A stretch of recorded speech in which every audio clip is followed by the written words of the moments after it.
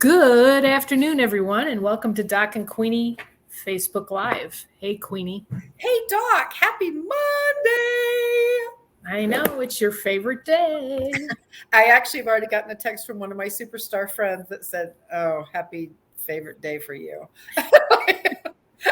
Yep, And I that's was like, "Oh my gosh, thank you." And she's like, "Oh, you're yep. making me so sick." Yeah, I That's know. that's that's the good for you thing. So yes, Oh my gosh.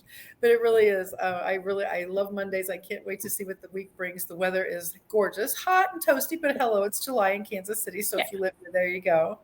So I just think it's great. I love summer. We had a few little breaks of 70 degrees, so it's amping up. We're going to be getting into the 90s in the next couple of days, and then add a little humidity with a little rain. Oh my gosh. Yeah, it really is. It's just amazing. It's such a great, fun time to be alive. I can say that for sure. Totally. How does thy garden grow there, Doc? Are you fantastic? Is this peak season or is this everything's dead now or what happens in July? I haven't killed anything yet, Okay, there you which go. is good. No, Yeah. I mean we're getting there. The tomatoes are just starting to turn because Okay. I'm a couple of weeks behind a lot of people, but I don't Oh, know what I was okay. doing. Maybe I was building garden beds. Yeah. Uh, so yeah, the tomatoes are Construction yeah, gardening. it never ends. Yeah, I've got the tomatoes are ripening. My corn, I did an experiment with corn. It's not doing so great, but it might be baby corn this year. They're about this big. Oh, Uh, wow. Now I didn't know how that worked. All right. so we'll see. I'm still picking kale out of my garden because I strategically placed it in the shade. So kale will last longer if it's in the shade. So Okay. and I've got one out of three plants that hasn't been eaten by the bugs because the bugs by this time are just like, oh, kale. Um, so yeah, the kale is still producing, and let's see what else.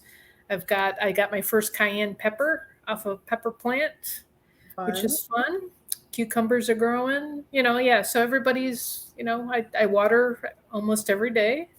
And when we get rain, it's a happy dance because then I don't have to water. Yeah, no kidding. Actually, I heard the R word on the forecast, so that might actually be happening on Wednesday. It might be here. I want to say I glanced at it. Actually, it looks like Wednesday, Thursday, Friday, Saturday, Sunday. So Woo! hey, it is amazing. Just I do water with filters and I use the Kangen and all of that. But it is amazing, natural rainwater, regardless of what's in the clouds out there. The plants perk up and grow crazy. They really do because Absolutely. that's what they're geared for. So yes, I'm looking forward to more plant growth. I even have pumpkins growing, so I'm crossing my finger on that. So I need to beat my. I grew a pumpkin a couple of years ago, and it hit 55 pounds. So my goal Oh is my goodness. yeah, my goal is to beat 55 pounds. So Now, I must ask you, I mean, seriously, what does one do with a 55-pound pumpkin, Doc? well, you roll it to the front of your house, and you use it as a decoration. I Okay. you know I'm not sure if it would really be. It might be good to eat, but the last time I just rolled it to the front of the house and put a corn stalk and a hay bale and had this massive pumpkin on the porch. Yeah, that was fun rolling it because of course you can't pick the thing up. So so yes, they're called Big Macs pumpkins. And the last time I checked, and it's been a while, I want to say the world's largest pumpkin was 1,200 pounds, Oh my maybe a little more. goodness. So I'm not on that track because I just haven't focused too much on that yet. But someday I will. That is seriously amazing. And I guess the pumpkins that are 10-ish, 20-ish, are those the ones that people use for pumpkin seeds and pumpkin stuff? Yeah, well, there are pie pumpkin varieties, and they actually tend to be smaller, and they're also a deeper orange color. All Um, right, there you go. That's fair. Okay. so when I do grow pie pumpkins, basically that's what they call them. They are smaller. They might be 4 to 5 pounds. Your bigger ones are the jack o' lanterns, and there is a jack o' lantern variety, and it's probably because it doesn't do well with the pie part. Okay. They get stringy. Some varieties are very stringy and just not. The seeds are good, but the flesh itself is just not the greatest. But I usually use a New England pie variety, which they're about 4 or 5 pounds. So And so you take the rind and put that in your compost bin, I bet. the pie pumpkins, no. The jack o' lanterns, yes. Okay. Clean out the seeds first, because don't really feel like growing pumpkins in the compost pile. Though I've had that happen. But yeah. For the jack o' lanterns, we'll throw the rind in. Well, and whatever's left with the rind from the pumpkin, the pie pumpkins, that we kind of scoop it out, and then the tough outer edging will go into the compost pile. So Wow. yeah, It is so awesome. The everything returns to nature. You yes. know, you grow it, you eat it, it returns to nature. You take the compost, you put that back on the stuff. It's just amazing the cycle and circle of life. It really is. Even the weeds get composted in a different way, and they will eventually. Right now, I'm experimenting with. It's new to me, but not new to some gardeners out there. You soak weeds in water, Okay. and that water will basically the weeds steep in the water, and all of the vitamins and minerals that the weeds pull up from the ground will be in that water, and then you fertilize your plants with it. Oh wow. So And see, yeah, in I my brain, if you put weeds on your stuff, it makes weeds happen. no. If there's seeds, that's a different story. Yeah. But yeah, so like you say, everything returns back to the ground, and everything grows as a matter of dead grass, leaves, whatever, weeds. So it's the ultimate in recycling, really. When you I think was going about to just say the recycle part is so huge. And gardeners, especially if there's anyone out there your level, definitely do it right from a standpoint of the whole recycle thing. Everything returns back to the earth. And it's so cool to see that you implement each of those. Plus, guess what's happening to your YouTube channel? Every time you do a short on something regarding your garden, it just explodes your page. It's the coolest thing to see that. Yeah, it's fun to watch. And actually, I just posted something this morning on my companion planting, my raised bed companion garden plants, or I think as that's what the title was. Yeah. Yeah, it's just a lot of fun to kind of show it off a little bit. So yeah, and I'm still getting subscribers. I'm still asking for more subscribers. I'm at 100. I hit 120, which is great. So um, yeah, pretty exciting. Now, I was looking at I did a short at your recommendation. Yes, and how did it do? I haven't checked Um, you no, that's lately. okay. So I have done a few shorts over the years just because. And in this particular case, I did one for the Kangen water. I've already had 69 views. And Yay. so it's amazing how that works. And then my about section, I've had 11,000 views. And aren't you in the 27s now or the 30s thousand? Let me look. I haven't checked. You Because always remind me. every time you check on something like that, it blows my mind how it goes up even when you haven't asked for subscribers. And the next thing you know, you have more subscribers, more views. Your shorts are getting hit more often. In my case, I've been sending my books around and those have been happening. And it really is a very cool thing to see how we are all one little cog in one little wheel of the world. Yes, I have 22,264 views. So Oh I'm up my gosh. 1,200 That's since awesome. last Monday, Yeah, which is yeah, crazy. that really is awesome. So, hey, Queenie, we have to talk about National Day of, since we've got National Day of. Okay, let's hear it. I you can't can't wait forget to even imagine what it is today. Well, today is Pina Colada Day, and I didn't do any pictures. I had been outside watering. Yeah. Fair, fair, fair, fair. No, that takes hours. So Pina Colada Day, happy Pina Colada Day. Thank And you. it's National Kitten Day. Okay. So I don't know if anybody has kittens out there. I know kittens turn into cats. Yeah. Very good, Doc. You are rocking it. Good job. I'm not a cat person, but cats love me for some reason. Yeah. And I don't know what to do with that. But yeah, we are dog people. We've been dog people for like all of my life. So wouldn't know what to do. Well, I know what to do with a cat. I can change the litter box, but I'm not for sale or for rent or on any of that. But so are you a cat person, Queenie? Absolutely. Cats all the way for me. We had dogs and sometimes cats in my growing up family. And then with my own personal family, we always had a cat, I say, but I've only had two, but they've lasted for 35 years. So that is pretty amazing in both cases. But I've only had cats because for me, they're easier. And so that is number one. And I don't have any animals at this time right now in my personal home because each of my kids has several, and that's plenty. And so when I'm on pet sitting patrol, I get my fill if I haven't already. So I'm blown away, actually, the work, dedication, time, focus that it takes from going to not having any pets to deal with to having a house full. And it really is, it's a commitment. Oh, definitely. I mean, we just have one dog, but I mean, we don't travel because she's older now. We don't travel much because we're not going to put her in a kennel.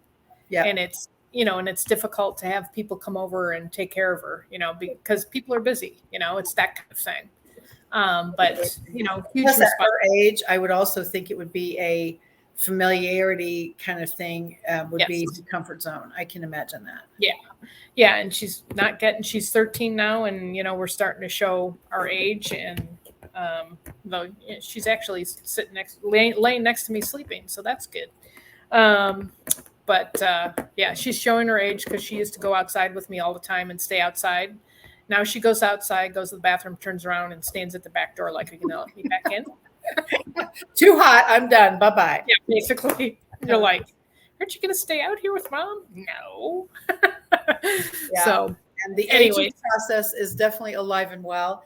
And happy National Kitten Day to those of us who are kitty friends. But the bigger issue is, yes, kittens do turn into cats. And especially if you get them as a kitten, both of mine were certainly trained, and they were verbal commands, sometimes a squirt bottle, you never know, but they were definitely trained. And so I never actually had any issues.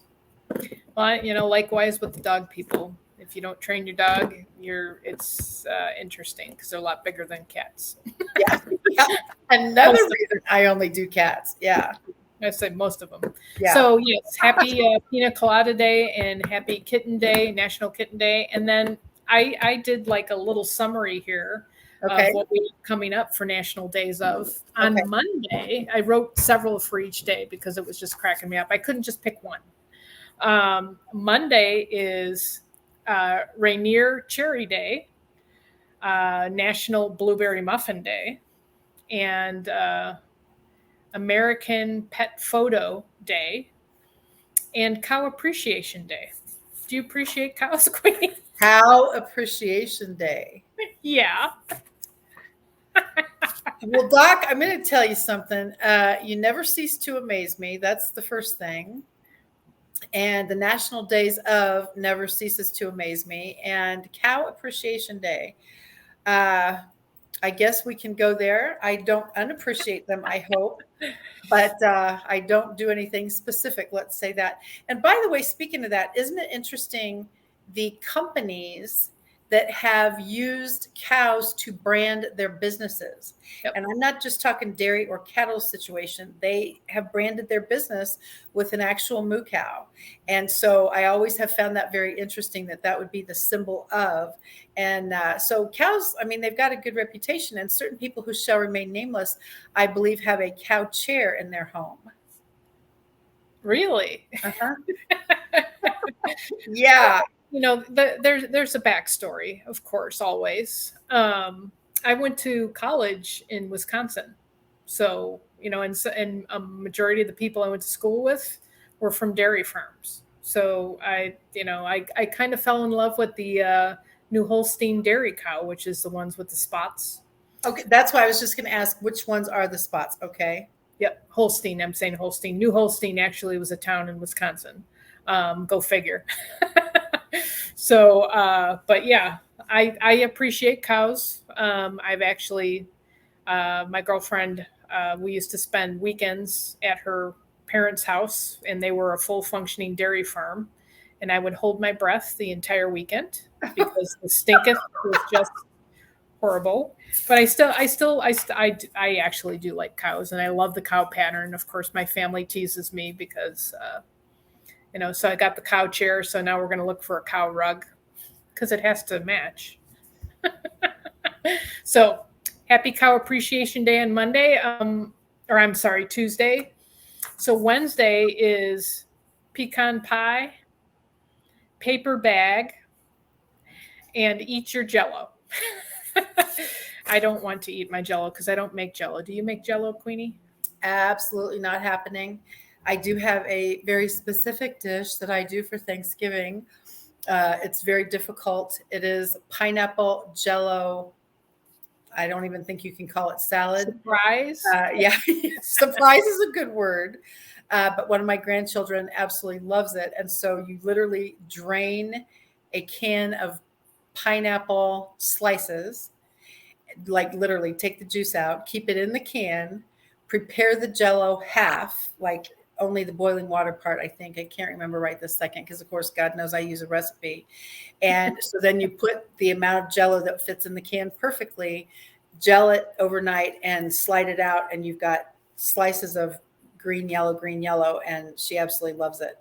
So it's not a good fit for me because all I'm looking at is sugar, but it's green and yellow. It's beautiful. And I've got a gorgeous green satiny kind of plate I put it on. So everybody looks forward to it every year. And I'm going, oh, I'll bring the pineapple and the Jello. Absolutely. And so I am multifaceted and incredibly talented in the kitchen, Doc. That's what I've heard, Queenie. So on Saturday we can celebrate tapioca pudding. I don't know if you make that. I've made tapioca pudding. My grandmother used to do that from raw, like wherever it comes from originally. She made it like at the beginning. I know that now there's such a thing as a Jello tapioca mix situation, and then I think you can already buy it done. Yep. But I would not go fetch it. I would certainly not want to make it, but I do remember hers. And I actually skipped over Friday, and I apologize. Friday is the 14th, and the reason I know that, I know 3 people that have their birthdays on Fridays. Yeah. Wow, that's a big day. Okay. And it's National French Fry Day, National Mac and Cheese Day, and Bastille Day, if anybody needs to know that. It sounds like a lot of carbs happen on Friday, so that sounds like fun. Yeah. Yum, Jello, and pecan pie in paper bags, Debbie Dub. Yes. Oh my gosh. And then Saturday is gummy worms, tapioca pudding, and I Love Horses National Day. I love horses. So I love horses from a distance. I would not know what to do whatsoever. So, well, and that's another thing that really is an art form, honestly. And I have a friend who has racing horses, and he's doing incredibly well. And I've got other friends who actually ride, like that's their thing. And you speak to them like it's some kind of connection. And the people who are great with horses, they can just make them do anything. So it's a cool system. I've been on a horse, I think, when I was a kid, but nothing in adult memory. And it's just, I don't know. It's not my thing, I guess. Yeah. My brother and sister-in-law are newly, in the past 10 years, into horses. And she races with them, not horse racing. She does, it's called tag and run, I think. And they run. She's a marathon runner, and they run to a certain point, pick up the horse, ride to a certain point, drop off the, that kind of thing.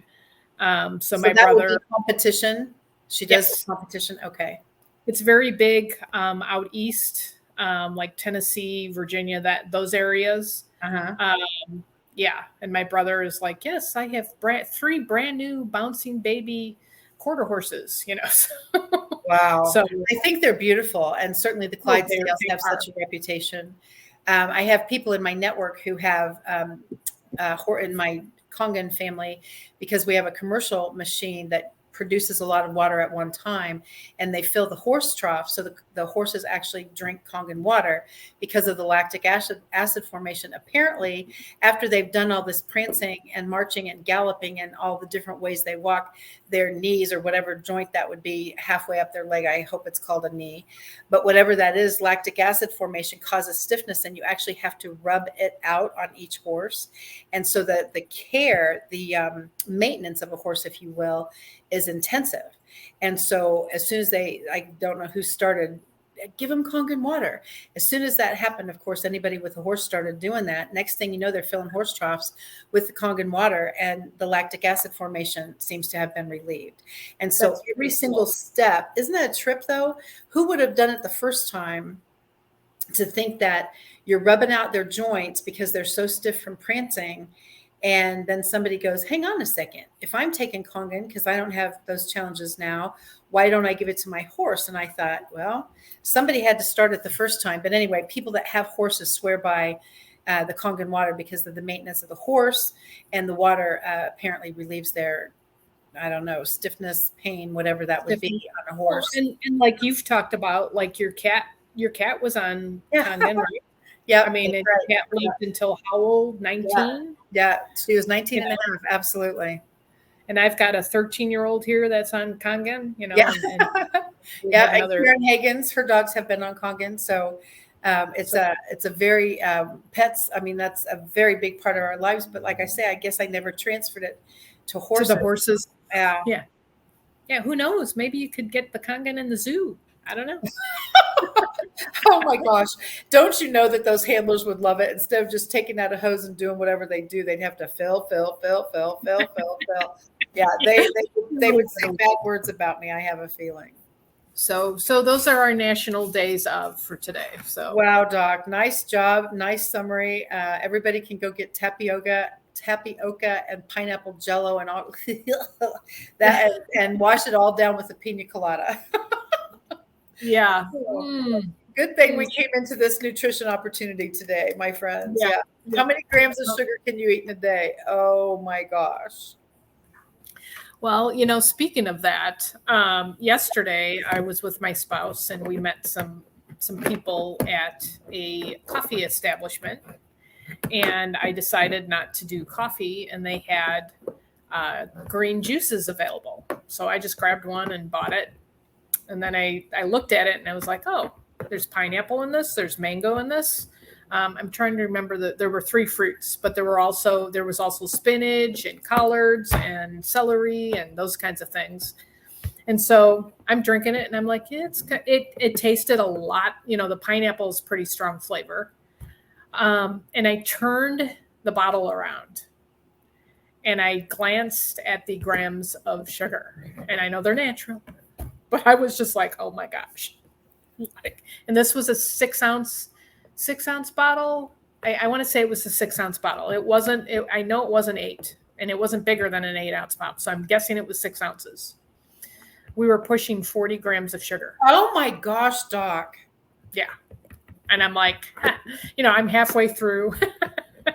I did not feel, like I was bouncing off but we've talked about this in the past, just between ourselves, of always turning and looking at labels. I mean, you have to nowadays, because you just don't know what's in something, and if you're watching, especially sugar's a biggie. And it doesn't necessarily have to say sugar. Anything that ends in OSE is a sugar. Sucralose, fructose. I'm trying to think of some of the others. I can't think of any of the others, but anything that ends in OSE is a sugar. Oh my gosh. Now, and see, once again, look at you. All of the components, the naturopathy piece of all the physiological issues that people would have. And because it was a green juice, you trusted it. And all of a sudden it's like, what is going on with 40 grams of sugar? Yeah. Yeah.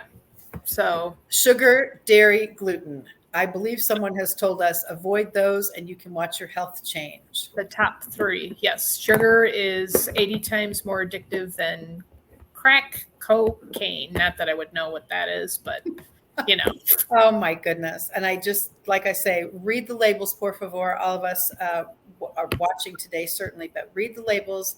You never know what's in it. And quite frankly, what I have always thought of is if you can't pronounce it, you probably shouldn't eat it. Yep. And so that is always a biggie for me. And fruits and veggies seems like a great base for many things. And now they've got recipes all over Pinterest. And I really do mean that, even my level of recipes. So chop up a something and it turns out to be a pizza crust. So then you don't have to have the gluten or the crud from the something. And then you can use dairy-free cheese or whatever else you're doing, and portobello mushrooms even as the base. I've done that before. So there's just all types of things that you can do to get rid of sugar and dairy and gluten. So please read the labels, my friends. Thank you for that, Doc. Sure. So are we in the mood for a fray or I don't know. It's not a phrase. We've got the word of the day. I can't remember what the other one is. The topic. Yeah, a topic. Okay. Yeah. See, it's we can do topic or we can do word. Let's see what the word thing comes up with, because we've got some cool things in here already. And people send us words, which is super fun. So we definitely will add your word if you'd like. Oh gosh, now this is something we haven't done before. Innovative. Yeah, innovative. So is there innovativeness or innovation in the water business? For me, the innovative piece is always striving to be the educators, and that's the innovative piece for me, because I can't tell you even now, and I guess my brain always goes to, what, you haven't heard of Kangen yet? And my 16th year is coming up pretty soon, and I'm just like, it's part of my speech, my everything is my water business, and there are still people who say, honey, say that again, what is that word? And they've never heard of Kangen water, and they obviously don't know what the term is, nor what does the water do. So our innovation for me would always be the education piece, because it never gets old. There's still someone out there who still hasn't heard of it. And even though that blows my mind, there's lots for us all to learn. And I know with you, Doc, innovation and gardening is almost synonymous. Yes. But it's definitely trying to solve a puzzle.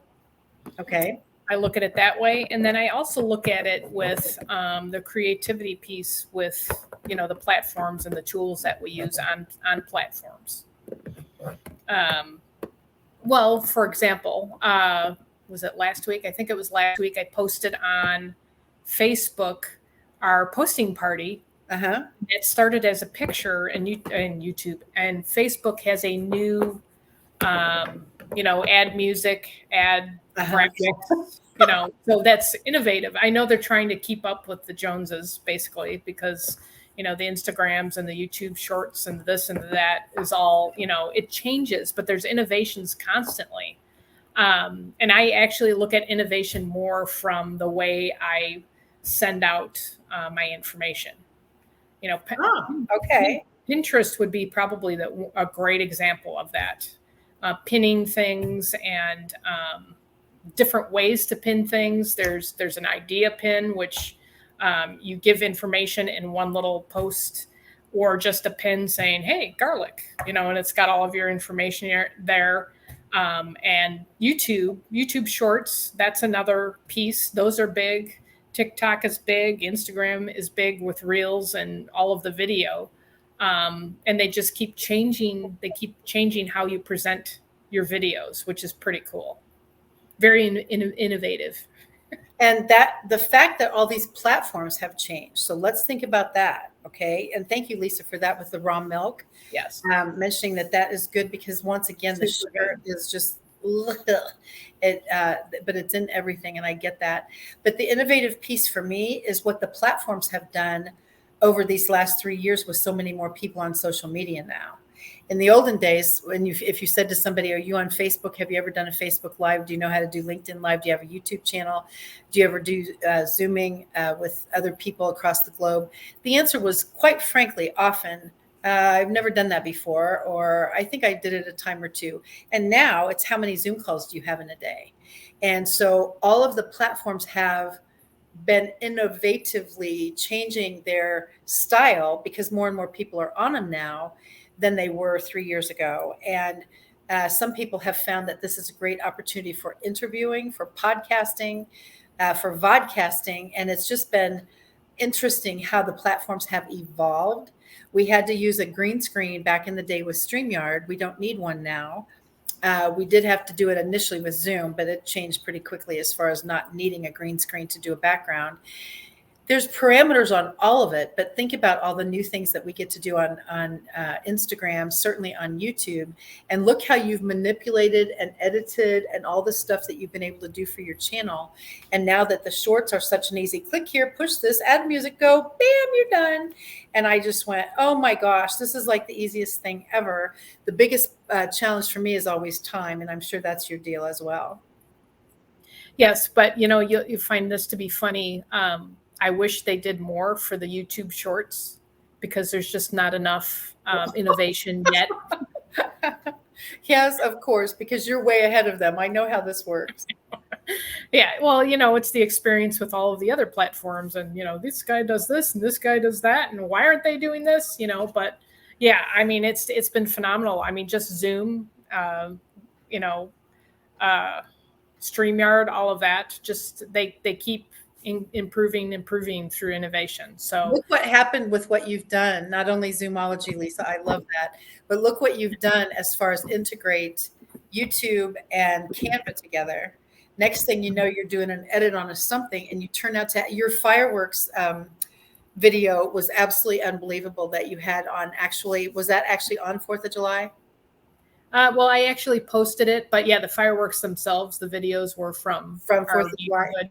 Okay. Mhm.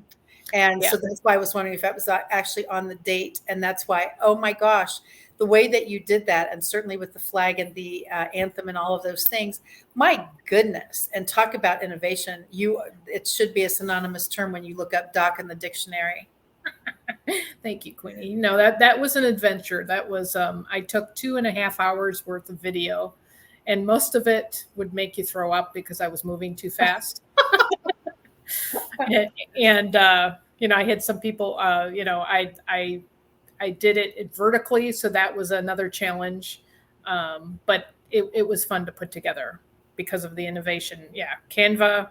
And then I've got a few different editors that I do for my videos. One of my favorites is Clipchamp because of the easiness of it.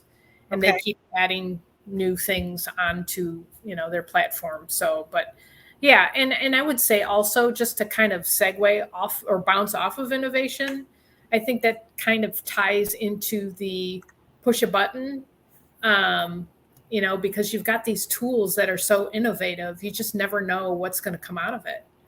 And if you're stuck in the well, I can't, if you have the I can't syndrome, you're never gonna know. It's just fun. At the very least, it's fun to create stuff, even if it's just a post off of Canva. I mean, it's just cool. Yeah, the whole thing is very cool. And I think innovative was a great word for today. So thank you for pushing us to go to the wheel, Doc. You're welcome, Queenie. So, do you have any asks here before we depart for this fine Monday in July? I don't actually think so. Well, this is kind of overwhelming for me. We had our 2-year anniversary celebration for the Happy Co-op within the Happy Neighborhood Project. And I can't, first of all, 2 years, are you absolutely, totally, I can't believe it's gone this quickly, but we have almost 4,250 members in the co-op already. That's awesome. And so that is just beyond my brain to think that we've gotten so many people across the globe. Our top 5 partners for sponsoring are in 4 different countries. That Wow. also blows my mind. And so this co-op is for everyone. We've given away, by the time we do this quarter meeting on August 18th, that will be, we have given almost $20,000 back to the share members, the people who have paid to be part of it. And all of those numbers continue to astonish me. However, I go to a lot of different networking groups, not just HNP stuff. And a lot of times I say, and they always go, if you ever know of any networking groups that are free, I'd love to go. And I'm going, hello, we've got about 40 every single week. And if you ever want to network, I'm happy to help you. And they say, what is it called? They still haven't heard of Happy Neighborhood Project, much less the co-op. And you can join for free and register with one click, all of that stuff. And so I guess my ask would be, if you know people who love to network but don't want to pay for it, there are so many choices, options, locations across the globe. But certainly everything is Zooming, and there's times of day, all different times of day and night, literally. And so if you want to connect with that, and get involved, please connect with me. And certainly the KathyWeaverKC.com will get you there, or everywhere on platforms of social media. Awesome. That is awesome. See, now I don't have to say that. Yeah, well, that's kind of why I did it, actually. But the rest of the story is for you. Do you want YouTube subscribers or Instagram followers or subscribers to your newsletter? Yes. Okay. Okay, well, there we go, I'm Doc. always looking to, add more to the family. Okay. Yeah, YouTube, I would love to see that continue to grow. My goal is 1,000, so I've got a ways to go, but I will, yeah, I think Lisa's laughing at me, or us, I'm not sure. Yeah, I'm sure it's a test. Yeah. But yeah, I'm constantly in the process of I'm working on ebooks for information for people that are learning how to garden. Those are coming out here in the next couple of months, and my YouTubes are always instructional, so I'm always looking, for subscribers for that to build that following. So yes, I would say that so much. We've got such great supporters. Debbie Dub is here. Lisa Fredrickson from Nevada is here. Certainly Terry Ann Porter. It's just so cool to have our faithful friends on purpose join us live. Absolutely. And for those of you who join us on the replay, we appreciate you too. The community piece is huge, Doc. Do you know what's happening on July 25th? Well, I know that was the day we met, how many years ago? Was that 3 or 4 years ago? Just 4 short years ago. And the day before that is actually Karen Hagen's birthday. So that is super fun too. And so July is just such a fun month. But if you haven't yet decided that you're going to join us on July 25th at 7:00 Central Time for a posting party, Doc and Queenie are celebrating our 4 years ago of having met with the posting party, because that's a fun way to network and a super fun way to get people connected from everywhere. Yes, so stay tuned. We will be, you get to, spread the word. We've got postings that are just advertising on the Doc and Queenie page. Yep. But yeah, it's going to be a lot of fun. And if you're new to posting parties, you will learn a lot. So, all right. Well, Queenie, it's time. I have to give my little spiel. As you know, if you want to reach out to Queenie all over social media, Kathy Weaver KC, or her website, KathyWeaversKC.com, myself, Doc, at KitchenGardenExpert.com or Kitchen Garden Expert, all over social media. We appreciate if you were here live with us or on the replay, and please share this video, and we'd love to continue to build our faithful friends on purpose in the Doc and Queenie community. It's all about networking, friendship, words of the day, national day of, it's all of those fun things. And we thank you for your support. So until next time, have a fantastic week, and we will see you right back here next Monday at high noon. So take care, everybody. Thank you, Queenie. A quick happy birthday to PK. She's one of our faithful friends on purpose, and I know that today is her birthday, so how fun is that? So thank you, Doc, for another amazing day, and thank you, friends, for joining us. Bye now. Bye-bye.